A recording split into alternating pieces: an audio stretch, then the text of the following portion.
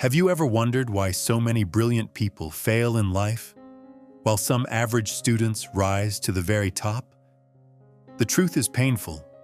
Talent means nothing if you cannot control your mind. This is the story of Daniel, a boy who had everything except discipline, and that one weakness nearly destroyed his dream forever. Daniel lived in a small city, in a modest home with his parents. From childhood, everyone said he was a genius. Quick with math, sharp in science, his teachers often praised him in class. His dream was crystal clear. One day he would become a doctor and save lives. But inside, Daniel carried a hidden enemy, his own restless mind. Every time he opened a book, his eyes wandered.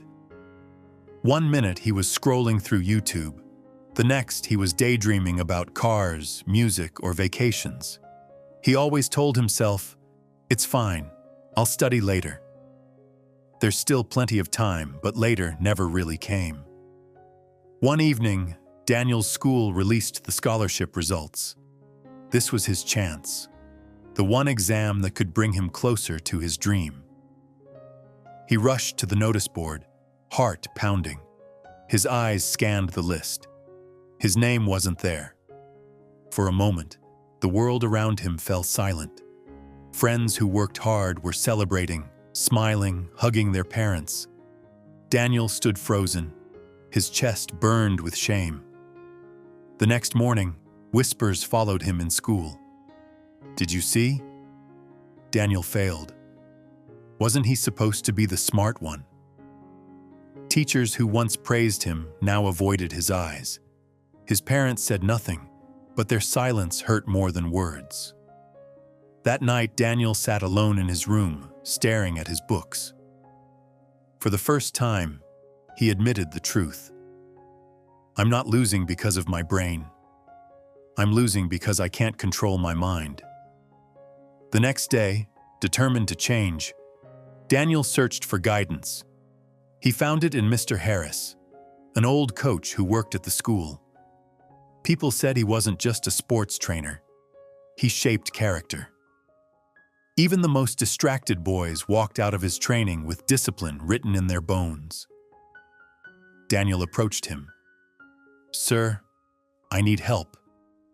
I want to study. I want to succeed. But my mind, it never listens."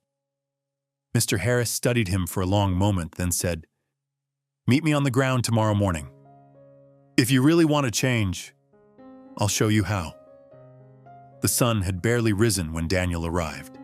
The ground was empty, the grass wet with dew. Mr. Harris walked in carrying a simple bow and arrow.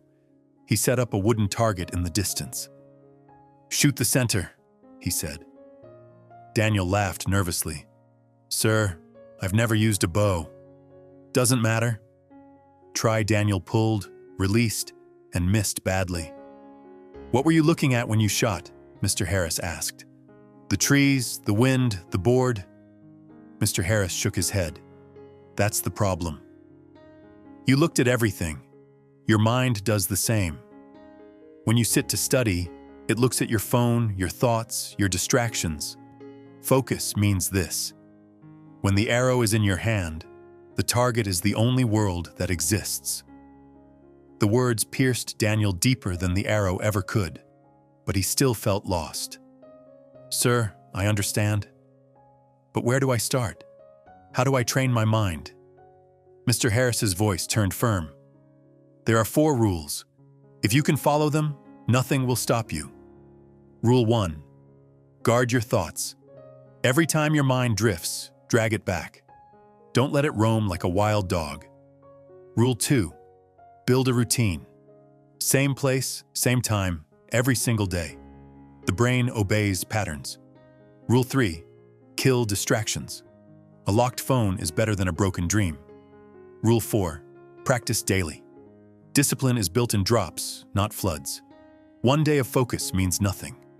Hundreds of days mean everything." Daniel nodded, but Mr. Harris wasn't done. He leaned closer. "And remember, your mind will resist. It will fight back. The first battle is the hardest. Win it, and the rest will follow. That evening, Daniel locked his phone away. He drew up a strict timetable and taped it above his desk. He whispered to himself, "My goal is to become a doctor." Nothing else matters. The first week was torture. His hands twitched for his phone. His body begged for comfort. He would sit for 10 minutes and feel like hours had passed. At night, doubt whispered, "You'll never change." But he remembered his coach's words, and he fought back. Slowly, minutes became hours. Hours became habit. His restless mind began to obey. For the first time, Daniel felt a strange power inside him, the power of self-control. Months passed. A new exam approached. The same boys who once laughed at him now whispered nervously, "Daniel is different. He's changed." When results came, Daniel's name wasn't just on the list. It was at the very top. The auditorium clapped as he walked to the stage. Teachers smiled again. His parents' eyes glistened with pride. Daniel held his certificate and thought of the mornings, the struggles, the battles no one else saw. In that moment, he remembered Mr. Harris's last lesson. The mind is a wild horse. Leave it free, and it drags you to failure. Train it, and it will carry you to your destiny. Your success will never be stolen by someone else. It will only be stolen by your own undisciplined mind.